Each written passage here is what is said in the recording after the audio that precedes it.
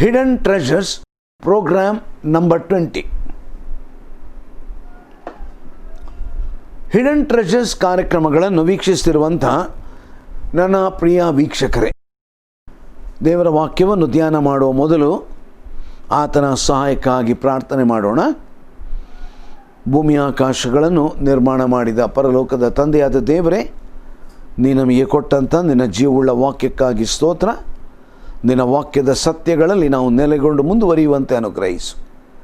ಯೇಸು ಕ್ರಿಸ್ತನ ಮೂಲ್ಯನಾಮದಲ್ಲಿ ನಮ್ಮ ಪ್ರಾರ್ಥನೆಯನ್ನು ಕೇಳಿದ್ದಕ್ಕಾಗಿ ನಿನಗೆ ಸ್ತೋತ್ರ, ಘನಮಾನ, ಮಹಿಮೆಗಳು ಉಂಟಾಗಲಿ ಕರ್ತನೆ.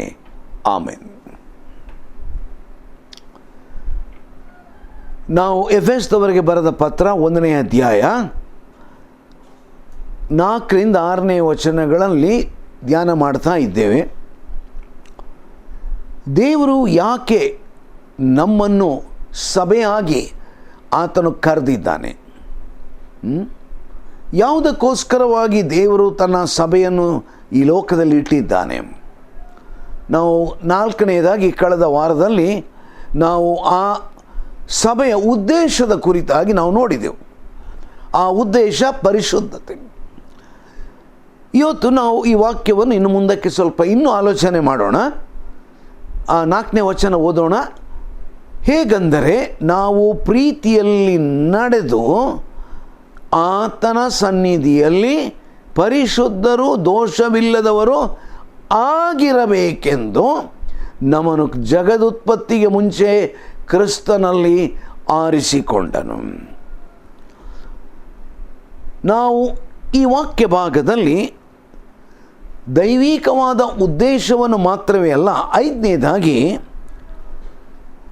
ದೈವಿಕವಾದಂಥ ಒಂದು ಗುರಿಯನ್ನು ನೋಡ್ತಾ ಇದ್ದೇವೆ. The divine motive. ಯಾವ ಉದ್ದೇಶಕ್ಕಾಗಿ ದೇವರು ಸಭೆಯನ್ನು ಸ್ಥಾಪನೆ ಮಾಡಿದ? What is the motive that god has? ಏನಂತೆ? ಹೇಗೆಂದರೆ ನಾವು ಪ್ರೀತಿಯಲ್ಲಿ ನಡೆಯಬೇಕು. ನನ್ನ ಪ್ರಿಯರೇ, ಈ ದಿವಸದಲ್ಲಿ ಸಭೆಯ ಕುರಿತು ಅನೇಕರಿಗೆ ಬಹಳ ತಪ್ಪಾದಂಥ ಒಂದು ದೃಷ್ಟಿಕೋನ ಉಂಟು. ಅನೇಕರನ್ನು ನಾನು ನೋಡಿದ್ದೆ. ನೋಡಿ, ಏನು ಕೆಲಸ ಸಿಕ್ಕದಿದ್ದರೆ ದೇವರ ಸೇವೆಗೆ ಹೋಗೋಣ. ಯಾಕೆ? ಅಲ್ಲಿ ನಾನು ಒಬ್ಬ ಸಭಾಪಾಲಕನಾಗಿದ್ದರೆ ನನಗೆ 1ನೇದಾಗಿ ಗೌರವ ಸಿಗ್ತದೆ, 2ನೇದಾಗಿ ನನಗೆ ನನ್ನ ಜೀವಮಾನ, ನನ್ನ ಹೊಟ್ಟೆ ಹೊರ್ಕೊಳ್ಳಿಕ್ಕೆ ಒಂದು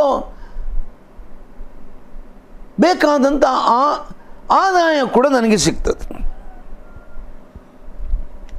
ನನ್ನ ಪ್ರಿಯರೇ, ಒಂದು ಮಾತು ನಾನು ನೇರವಾಗಿ ಹೇಳಿಯೋ, ದೇವರು ಸಭೆಯನ್ನು ಸ್ಥಾಪನೆ ಮಾಡಿದ್ದು ಅದರ ಒಂದು ಗುರಿ ಮನುಷ್ಯರಿಗೆ ಎಂಪ್ಲಾಯ್ಮೆಂಟ್ ಅಪರ್ಚುನಿಟಿ ಕೊಡಲಿಕ್ಕೆ ಅಲ್ಲ.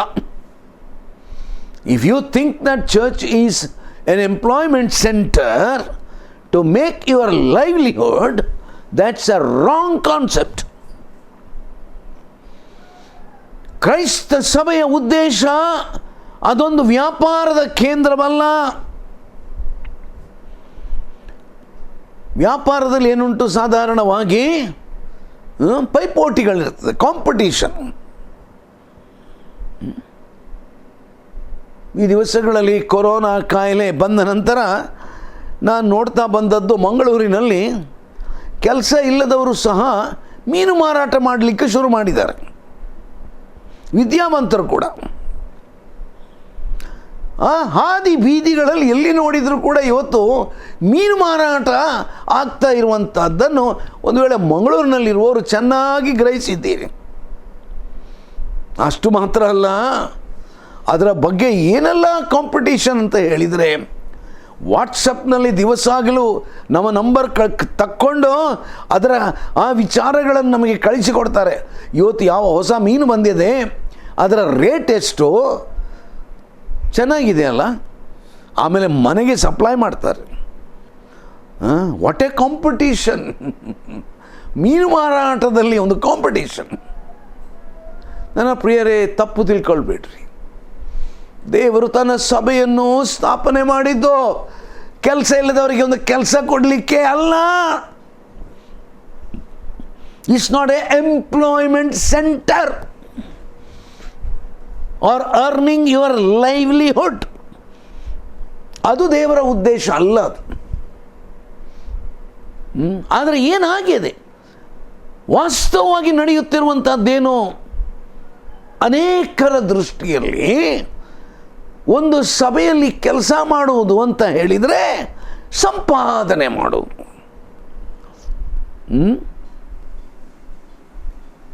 ಕಾಂಪಿಟೀಷನ್ ಎಲ್ಲಿಯವರೆಗೆ ಅಂತ ಹೇಳಿದ್ರೆ, ಈಗ ಕೆಲವರು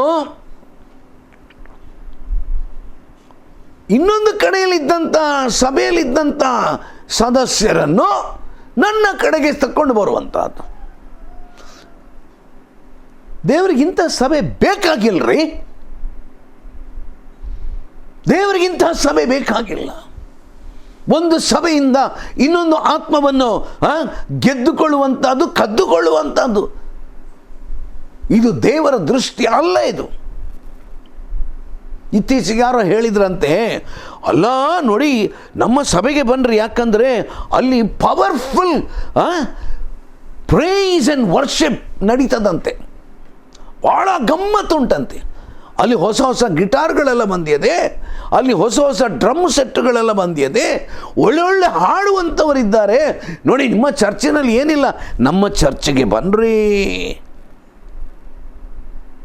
ನನ್ನ ಪ್ರಿಯರೇ, ನಾವೇನು ಪೈಪೋಟಿ ಮಾಡುವವರ?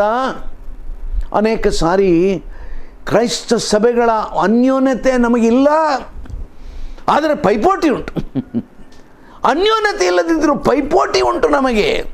ಕಾರಣ ಏನು ಗೊತ್ತಾ? ನಮಗೆ ಪ್ರೀತಿ ಇಲ್ಲ.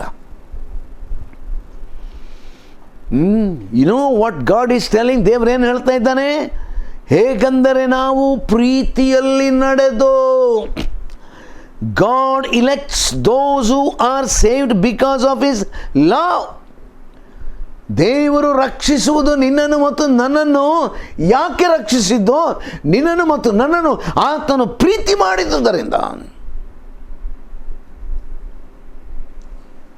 ನಾವು ಇನ್ನೊಬ್ಬರನ್ನು ಕದ್ದುಕೊಂಡದ್ದು ಯಾಕೆ? ಅವರನ್ನು ಪ್ರೀತಿ ಮಾಡಿಯಾ? ಅವರನ್ನು ಪ್ರೀತಿ ಮಾಡಿ ಕದ್ದುಕೊಳ್ಳಿಕ್ಕಾಗ್ತದ? ನನ್ನ ಪ್ರಿಯರೇ, ಈ ಲೋಕದಲ್ಲಿ ಯೇಸು ಕ್ರಿಸ್ತನ ಶರೀರ ಒಂದೇ, ಏಕೈಕವಾದ ಆತನ ಶರೀರ. ಅದನ್ನು ದೇವರು ತುಂಡು ಮಾಡಲಿಲ್ಲ. ಒಂದು ವೇಳೆ ನಮ್ಮ ಅನುಕೂಲತೆಗಾಗಿ ನಾವು ಸ್ಥಳೀಯವಾಗಿ ಬೇರೆ ಬೇರೆ ಕಡೆಗಳಲ್ಲಿ ಅನ್ಯೋನ್ಯತೆಯಾಗಿ ಸೇರಿ ಬರ್ಬೋದು, ನಮ್ಮ ಭಾಷೆಗಳ ಅನುಕೂಲತೆಗಾಗಿ ನಾವು ಸೇರಿ ಬರ್ಬೋದು. ಆದರೆ ಎಲ್ಲಿಯೂ ಕೂಡ ಯೇಸು ಕ್ರಿಸ್ತನು ಆತನ ಸಭೆಯನ್ನು ಉದ್ದೇಶ, ಅದನ್ನು ಸ್ಥಾಪನೆ ಮಾಡಿದಂಥ ಅದರ ಉದ್ದೇಶ ಒಂದು ವ್ಯಾಪಾರದ ಕೇಂದ್ರವಾಗಿ ಅಲ್ಲ. ಯೇಸು ಕ್ರಿಸ್ತನು ಸಭೆಯನ್ನು ಆತನು ಸ್ಥಾಪನೆ ಮಾಡಿದ್ದು ನಾವು ಪ್ರೀತಿಯಲ್ಲಿ ನಡೆಯಬೇಕು. ನನ್ನ ಪ್ರಿಯರ, ಯಥಾರ್ಥವಾಗಿ ಒಂದು ಪ್ರಶ್ನೆ ನಾವು ಹಾಕಿಕೊಳ್ಳೋಣ. ನಮಗೆ ನಿಜವಾದ ಪ್ರೀತಿ ಉಂಟಾ? ನನ್ನ ಕುರಿಗಳನ್ನು ನಾನು ಪ್ರೀತಿಸ್ತೇನಾ? ಒಬ್ಬ ಕುರುಬನು ತನ್ನ ಹಟ್ಟಿಯಲ್ಲಿರುವಂಥ 100 ಕುರಿಗಳಿದ್ದರೆ ಆ 100 ಲೆಕ್ಕ ಮಾಡಿ ಒಳಗೆ ಹಾಕ್ತಾನೆ. ಒಂದು ವೇಳೆ ತಪ್ಪಿ ಹೋಗಿ ಇನ್ನೊಂದು ಕುರಿ ಬಂದರೆ, ಇದು ಎಲ್ಲಿದಪ್ಪ ತಪ್ಪಿ ಹೋಗಿ ಇಲ್ಲಿಗೆ ಬಂದಿಯದೆ ಅಂತ ಲೆಕ್ಕ ಕೇಳ್ತಾನೆ. ಆದರೆ ನಮ್ಮಲ್ಲಿ ಅನೇಕ ಸಭೆಗಳಾಗಲ್ಲ. ಇವತ್ತು 100, ನಾಳೆ ಇನ್ನೊಂದು ಕಡೆದು ಕುರಿ ಒಂದು 10 ಜನ ನನ್ನ ಚರ್ಚಿಗೆ ಬಂದಿದೆ, ಯಾಕಂದ್ರೆ ನನ್ನಲ್ಲಿ ಭಾಳ ಚಂದ ವರ್ಷಿಪ್ ಉಂಟಂತೆ. ಏನು ಹೇಳಬೇಕಿಲ್ಲದಿದ್ದರೆ ನನ್ನ ಪ್ರಿಯರೇ, ನಾವು ದೇವರನ್ನು ವಂಚನೆ ಮಾಡದಿರೋಣ. ಇಂಥ ವಂಚನೆಯಲ್ಲಿ ನಾವು ಸಭೆ ನಡೆಸುವ ಅಭ್ಯಾಸ, ಅವಶ್ಯಕತೆ ದೇವರಿಗಂತೂ ಇಲ್ಲವೇ ಇಲ್ಲ. ಆದುದರಿಂದ ಸ್ವಾಮಿ ನಮಗೆ ಹೇಳಿದ್ದು, ಆತನು ಯಾರ ಜೊತೆಯಲ್ಲಿದ್ದಾನಂತೆ, ಅನೇಕರ ತಲೆಯೊಳಗಡೆ ಏನು ಉಂಟು ಗೊತ್ತುಂಟಾ? ನನ್ನ ಚರ್ಚ್ ದೊಡ್ಡದಾದರೆ ಅಲ್ಲಿ ಯೇಸು ಇದ್ದಾನೆ. ನನ್ನ ಚರ್ಚ್ ದೊಡ್ಡದಾಗಿ ಬಿಟ್ಟರೆ ಅಲ್ಲಿ ಪವಿತ್ರಾತ್ಮನಿದ್ದಾನಂತೆ. ಇಲ್ಲಾಂದರೆ ಪವಿತ್ರಾತ್ಮ ಹೋಗ್ಬಿಟ್ಟಿದ್ದಾನೆ. ಆದರೆ ಸ್ವಾಮಿ ಏನು ಹೇಳಿದ್ದು, ಎಲ್ಲಿ 2-3 ನನ್ನ ಹೆಸರಿನಲ್ಲಿ ಒಟ್ಟು ಸೇರಿ ಬರ್ತಾರ ಅವರ ಮಧ್ಯದಲ್ಲಿ ನಾನಿದ್ದೇನೆ. ಆದರೆ ಈ ದಿವಸದಲ್ಲಿ ಅನೇಕರ ಫಿಲಾಸಫಿ ಏನು, ತುಂಬ ಜನ ಬಂದರೆ ಅಲ್ಲಿ ಪವಿತ್ರಾತ್ಮನ ಕೆಲಸ ಆಗ್ತದೆ, ಅಲ್ಲಿ 3 ಜನ ಇದ್ದರೆ ಅಲ್ಲಿ ಪವಿತ್ರಾತ್ಮ ಇಲ್ಲ. ನನ್ನ ಪ್ರಿಯರೇ, let us not be fooled, let us not be cheated. ನಾವು ವಂಚನೆಗೆ ಒಳಗಾಗದಿರೋಣ. ದೇವರ ಸಭೆಯನ್ನು ಸ್ಥಾಪನೆ ಮಾಡಿದಂಥದ್ದರ ಉದ್ದೇಶ ಪ್ರೀತಿ. ಒಂದು ಪ್ರೀತಿ ಅಂತ ಹೇಳಿದ್ರೆ, ಒಂದು ಕುಟುಂಬದಲ್ಲಿ ತಂದೆ ತಾಯಿಗಳು ಮಕ್ಕಳನ್ನು ಪ್ರೀತಿ ಮಾಡ್ತಾರೆ ಎಂಬುದಾಗಿ ಹೇಳುವಾಗ ಅವರ ಹಿತಚಿಂತನೆ ಅವರಿಗೆ ಉಂಟು, ಅವರ ಕಾಳಜಿ ಉಂಟು ಅವರಿಗೆ. ಮಕ್ಕಳಿಗೆ ಏನಾದರೂ ಅಸೌಖ್ಯವಾದರೆ ಎಷ್ಟು ಚಿಂತೆ ಮಾಡ್ತಾರೆ, ಆ ಮಕ್ಕಳಿಗೆ ಏನಾದರೂ ತೊಂದರೆ ಆದರೆ ಎಷ್ಟು ಚಿಂತೆ ಮಾಡ್ತಾರೆ, ಅವರ ಉದ್ಧಾರಕ್ಕಾಗಿ ಎಷ್ಟು ಶ್ರಮಿಸ್ತಾರೆ. ನನ್ನ ಪ್ರಿಯರ, ಈ ದಿವಸದಲ್ಲಿ ಒಂದು ವೇಳೆ ಸಭಾಪಾಲಕರಾಗಿರುವಂಥವರು ನಮ್ಮ ಕುರಿಗಳ ಚಿಂತೆ ನಮಗೆ ಉಂಟೋ ಅಥವಾ ಕೇವಲ ನಮ್ಮ ಸಂಪಾದನೆಯ ಚಿಂತೆ ನಮಗೆ ಉಂಟೋ? ನನ್ನ ಪ್ರಿಯರೇ, ನಮ್ಮ ಕುರಿಗಳನ್ನು ನಾವು ಪ್ರೀತಿಸ್ತೇವಾ? God elects those who are saved because of His love. In love, He predestined us to adoption as sons.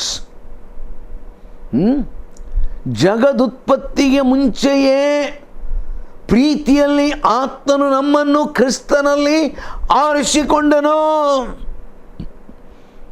Competition ಅಲ್ಲ, ಯಾವುದೇ ಒಂದು ಪೈಪೋಟಿಯಿಂದ ಅಲ್ಲ ಪ್ರಿಯರೇ. Just as He chose Israel to be His special people, ಇಸ್ರಾಯೇಲ್ಯರನ್ನು ತನ್ನ ಪ್ರತ್ಯೇಕವಾದ ಜನಾಂಗವನ್ನಾಗಿ ದೇವರು ಆರಿಸಿಕೊಂಡ. ಯಾಕೆ? Why? Because of competition? No, only because of His love. ಧರ್ಮೋಪದೇಶ ಕಾಂಡ ಪುಸ್ತಕ 7ನೇ ಅಧ್ಯಾಯ 8ನೇ ವಚನದಲ್ಲಿ ಮಾತನ್ನು ಓದ್ತೇವೆ. ಆತನು ಪ್ರೀತಿಯಿಂದ ಅವರನ್ನು ಆರಿಸಿಕೊಂಡ ಅಂತೆ. ಇವತ್ತಿನ ದಿವಸ ಪ್ರಿಯರೇ, ನಿನ್ನನ್ನು ಮತ್ತು ನನ್ನನ್ನು ಕ್ರಿಸ್ತನು ಆರಿಸಿಕೊಂಡದ್ದು ಪ್ರೀತಿಯಿಂದ. As He chose the nation of Israel as His own people through love, so He also chose the church. ಅದೇ ರೀತಿಯಲ್ಲಿ ಪ್ರೀತಿಯಲ್ಲಿ ಆತನು ತನ್ನ ಸಭೆಯನ್ನು ಆರಿಸಿಕೊಂಡ. Who is this church? The church is the family of the redeemed ones. ರಕ್ಷಣೆ ಹೊಂದಿದವರ, ಬಿಡುಗಡೆ ಹೊಂದಿದವರ ಒಂದು ಕುಟುಂಬ. ನನ್ನ ಪ್ರಿಯರು, ಅದಕ್ಕಾಗಿ ದೇವರು ವಾಕ್ಯದಲ್ಲಿ ಕುಟುಂಬಕ್ಕೆ ಎಷ್ಟೊಂದು ಪ್ರಾಮುಖ್ಯತೆಯನ್ನು ಕೊಟ್ಟಿದ್ದಾನೆ. ಯಾಕೆ? ಕುಟುಂಬದಲ್ಲಿ ಇರಬೇಕಾದಂಥ ಒಂದು ಪ್ರಾಮುಖ್ಯವಾದ ಸಂಗತಿ ಏನು? ಪ್ರೀತಿ, ಪ್ರೀತಿ, ಪ್ರೀತಿ.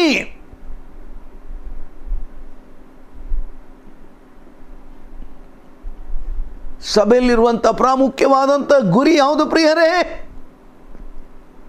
ಪ್ರೀತಿ, ಪ್ರೀತಿ, ಪ್ರೀತಿ, ಪ್ರೀತಿ, ಪ್ರೀತಿ.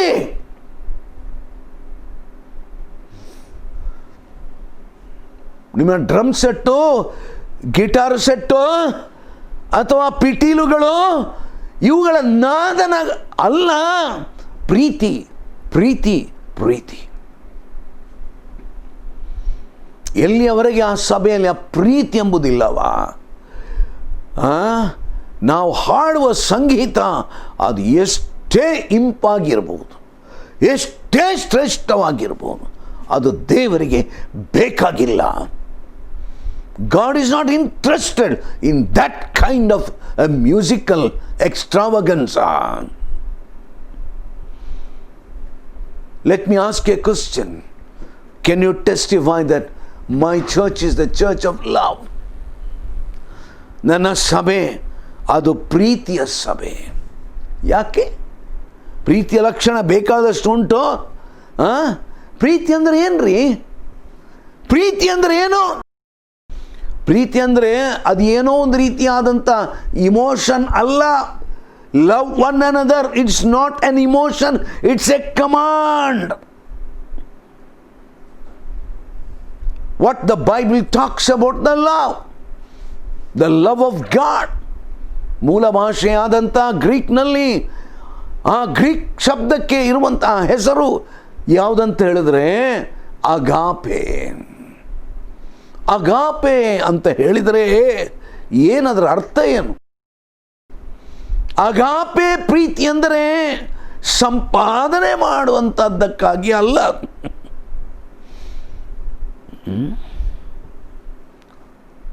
ಕೊರೋನಾ ದಿವಸಗಳಲ್ಲಿ ಸಂಪಾದನೆ ಇಲ್ಲ ಅಂತ ಮೀನು ಮಾರಾಟ ಮಾಡಿ ಭಾಳ ಪೈಪೋಟಿ ಮಾಡಿ ಏನೆಲ್ಲ ಸಾಧ್ಯ ಉಂಟ, ಎಷ್ಟೆಲ್ಲ ಜಿಮಿಕ್ಸ್ ಮಾಡ್ಬೋದಾ ಅಷ್ಟೆಲ್ಲ ಜಿಮಿಕ್ಸ್ ಮಾಡಿ ಅವರನ್ನು ಇಲ್ಲಿಗೆ ಬುಟ್ಟಿಗೆ ಹಾಕ್ಕೊಳ್ಳೋದು, ಇನ್ನೊಬ್ಬರ ನನ್ನ ಬುಟ್ಟಿಗೆ ಹಾಕ್ಕೊಳ್ಳೋದು, ಈ ಕೆಲಸ ಮಾಡ್ತಾರೆ. ಆದರೆ ಸಭೆ ಹಾಗಲ್ಲ. The biblical agape love is not an emotion. ಒಂದು ಸಭೆಯಲ್ಲಿ ಕಂಡುಬರಬೇಕಾದ ದೈವಿಕವಾದ ವಾಕ್ಯಾನುಸಾರವಾದ ಪ್ರೀತಿ ಎಂಬುದಾಗಿ ಅಗಾಪೆ ಪ್ರೀತಿ ಅಂದರೆ ಅದೊಂದು ಭಾವನೆಗಳಲ್ಲ.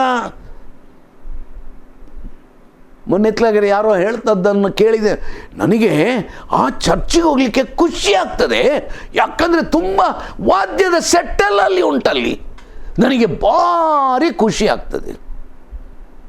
ನನ್ನ ಪ್ರಿಯರೇ, ನಾವು ಕರ್ತನ ಆಲಯಕ್ಕೆ ಬರುವುದು ದೇವರಿಗೆ ಸಂತೋಷ ಮಾಡಲಿಕ್ಕೆ ಹೊರತು ನನಗೆ ಖುಷಿ ಮಾಡಲಿಕ್ಕೆ ಅಲ್ಲ. ನನ್ನ ಪ್ರಿಯರೇ, ವಾಟ್ ಎ ರಾಂಗ್ ಕಾನ್ಸೆಪ್ಟ್. ನನಗೆ ಖುಷಿ ಆಗಬೇಕು. ಯಾಕೆ ನೋಡಿ, ಅಲ್ಲಿ ಹಾಗೆ ಉಂಟು, ಹೀಗೆ ಉಂಟು, ಅದು ಹಾಗೆ ಉಂಟು, ಇದು ಹೀಗೆ ಉಂಟು, ನನಗೆ ಭಾರೀ ಖುಷಿ ಆಗ್ತದೆ. ಅಲ್ಲಿದು ಅಟ್ಮಾಸ್ಫಿಯರು ಎಷ್ಟೋ ಏರ್ ಕಂಡೀಷನ್ಡು, ಆನಂತರ ಮತ್ತೊಂದು ಕಂಡೀಷನ್ಡು. ನನ್ನ ಪ್ರಿಯರೇ, ಆದಿ ಕ್ರೈಸ್ತರು ಸಭೆಯಾಗಿ ಸೇರಿದಾಗ ಅವರಿಗೆ ಯಾವ ಕಂಡೀಷನು ಇರಲಿಲ್ಲ. ಆದಿ ಕ್ರೈಸ್ತ ಸಭೆಯಲ್ಲಿದ್ದಂಥ ಒಂದು ಲಕ್ಷಣ, ದೇ ಲವ್ಡ್ ಒನ್ ಅನದರ್. ಅವರ ಕುರಿತು ಅನ್ಯರು ಸಾಕ್ಷಿ ಕೊಟ್ಟರಂತೆ. ಏನಂತೇಳಿ, ಏನಂತ ಸಾಕ್ಷಿ ಕೊಟ್ಟರು? Behold these Christians how they love each other. Behold these Christians, how they love each other. ಈ ಕ್ರೈಸ್ತರನ್ನು ನೋಡ್ರಪ್ಪ, ಅವರು ಒಬ್ಬರನ್ನೊಬ್ಬರು ಎಷ್ಟು ಪ್ರೀತಿ ಮಾಡ್ತಾರೆ. ನನಗೆ ಅನೇಕ ಸಾರಿ ನಾಚಿಕೆ ಆಗ್ತದೆ.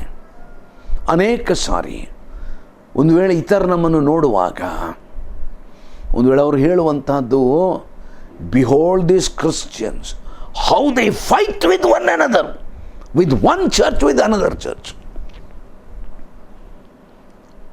ನಾವು ದೇವರ ಸನ್ನಿಧಾನದಲ್ಲಿ ಮನಮುರಿದವರಾಗಿ ಮಾನಸಾಂತರ ಪಡಬೇಕಾದಂಥ ಕಾಲದಲ್ಲಿ ನಾವು ಈ ಕೊರೋನಾ ಕಾಯಿಲೆಯ ಹಿನ್ನೆಲೆಯಲ್ಲಿ ದಾಟಿ ಹೋಗ್ತಾ ಇದ್ದೇವೆ. God is demanding repentance from the church of God. That God wants to establish the church to his original nature of love. ಯೋಹಾನ ಸುವಾರ್ತೆ 15ನೇ ಅಧ್ಯಾಯ 13ನೇ ವಚನದಲ್ಲಿ ನಾವು ನೋಡ್ತೇವಲ್ಲ,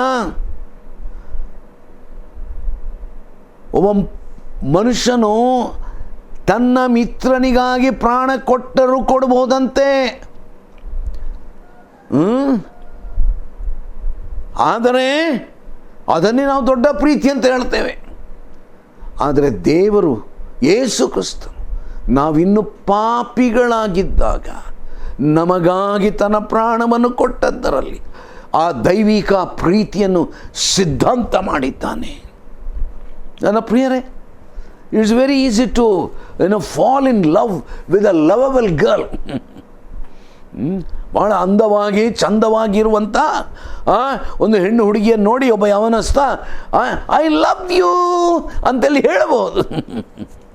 ನನ್ನ ಪ್ರಿಯರೇ, ಅದು ಪ್ರೀತಿ ಅಲ್ಲ. ಅದು ಇಟ್ಸ್ ಎ ಮಿಯರ್ ಅಟ್ರಾಕ್ಷನ್. ಈ ದಿವಸದಲ್ಲಿ ಅನೇಕರು ಕೆಲವು ಚರ್ಚ್ಗಳಿಗೆ ಯಾಕೆ ಹೋಗುದಂತ ಹೇಳಿದ್ರೆ it's an external attraction, not because of love. There may be lot of attractions. Attraction of employment, attraction of music, attraction of that, attraction of this.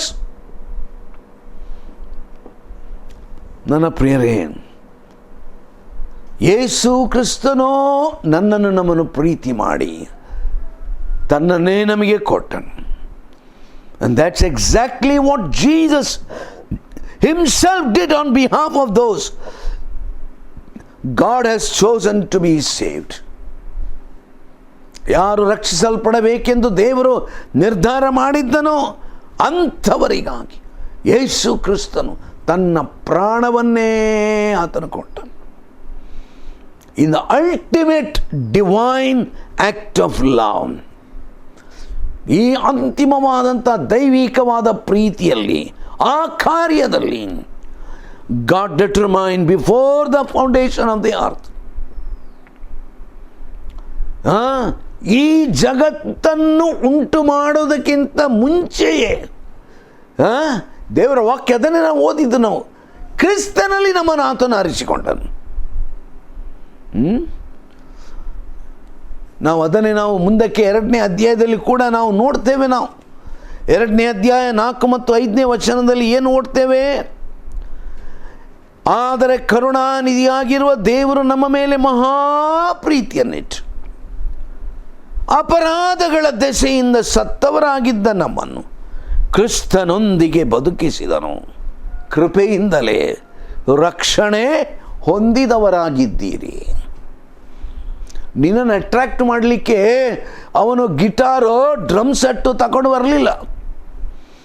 ನಿನ್ನನ್ನು ಅಟ್ರಾಕ್ಟ್ ಮಾಡಲಿಕ್ಕೆ ಪರಲೋಕದಿಂದ ಒಂದು ಸ್ಪೆಷಲ್ ಏರ್ ಕಂಡೀಷನ್ಡ್ ಚರ್ಚ್ ನಿನ್ನ ಮುಂದೆ ತರಲಿಲ್ಲ. ವಾಕ್ಯ ಏನು ಹೇಳ್ತದೆ? ಕರುಣಾನಿಧಿಯಾಗಿರುವಂಥ ದೇವರು ನಮ್ಮ ಮೇಲೆ ಮಹಾಪ್ರೀತಿಯನ್ನಿಟ್ಟು ಅಪರಾಧಗಳ ದೆಸೆಯಿಂದ ಸತ್ತವರಾಗಿದ್ದಂಥ ನಮ್ಮನ್ನು ಕ್ರಿಸ್ತನೊಂದಿಗೆ ಎಬ್ಬಿಸಿದನು. What a great love! He loved us and will eternally continue to love us. ನಿತ್ಯತ್ವಕ್ಕೂ ಆತ ನಮ್ಮನ್ನು ಪ್ರೀತಿಸ್ತಾನೆ. ಹೇಗೆ? According to the kind intention of his will. ತನ್ನ ಚಿತ್ತಾನುಸಾರವಾಗಿ ನಮ್ಮನ್ನು ಆತನು ಪ್ರೀತಿಸ್ತಾನೆ. ಹಾಗಾದರೆ what is the motive of establishing the church of God? It is the love, the love, the love. ಪ್ರೀತಿ, ಪ್ರೀತಿ, ಪ್ರೀತಿ. ಅದು ಸಭೆಯ ಸ್ಥಾಪನೆಯ ದೈವಿಕವಾದಂಥ ಗುರಿಯಾಗಿದೆ. ಪ್ರಾರ್ಥನೆ ಮಾಡೋಣ. ಭೂಮಿಯಾಕಾಶಗಳನ್ನು ನಿರ್ಮಾಣ ಮಾಡಿದ ಪರಲೋಕದ ತಂದೆಯಾದ ದೇವರೇ, ನಿನ್ನ ಸಭೆ ನೀನು ಸ್ಥಾಪನೆ ಮಾಡಲಿಕ್ಕೆ ಕರ್ತನೇ ನೀನು ಕೊಟ್ಟಂಥ ಒಂದೇ ಒಂದು ಉದ್ದೇಶ, ಆ ಗುರಿ, ಅದು ಪ್ರೀತಿ ಸ್ವಾಮಿ. ಆ ಪ್ರೀತಿಯ ಹೊರತು ಬೇರೆ ಯಾವುದು ನಿನ್ನ ದೃಷ್ಟಿಯಲ್ಲಿ ಇರಲಿಲ್ಲಲ್ಲ. ಆ ಗುರಿಯಿಂದ ನೀನು ಸಭೆಯನ್ನು ಸ್ಥಾಪನೆ ಮಾಡಿದ್ದಿ. ಈ ಸತ್ಯಾಂಶವನ್ನು ನಾವು ತಿಳಿದುಕೊಂಡು ಕರ್ತನೇ, ನಮಗೆ ಬೇರೆ ವಿಚಾರಗಳು ಪ್ರಾಮುಖ್ಯವಲ್ಲ. ನಮ್ಮ ಜೀವನದಲ್ಲಿ ನಾವು ಇತರರನ್ನು ಆಕರ್ಷಿಸಬೇಕಾದರೆ ಇರುವಂಥ ಒಂದೇ ಒಂದು ಲಕ್ಷಣ, ಅದು ದೈವಿಕವಾದಂಥ ಪ್ರೀತಿ, ದ ಡಿವೈನ್ ಲವ್. ಈ ಪ್ರೀತಿಯಿಂದ ನಾವು ಪ್ರೀತಿ ಮಾಡಲಿಕ್ಕೆ ನೀನು ಸಹಾಯ ಮಾಡು. ಯೇಸು ಕ್ರಿಸ್ತನ ದಿವ್ಯ ನಾಮದಲ್ಲಿ ಪ್ರಾರ್ಥನೆಯನ್ನು ಕೇಳಿದ್ದಕ್ಕಾಗಿ ನಿನಗೆ ಸ್ತೋತ್ರ, ಘನಮಾನ, ಮಹಿಮೆಗಳು ಉಂಟಾಗಲಿ ಸ್ವಾಮಿ. ಆಮೇನ್.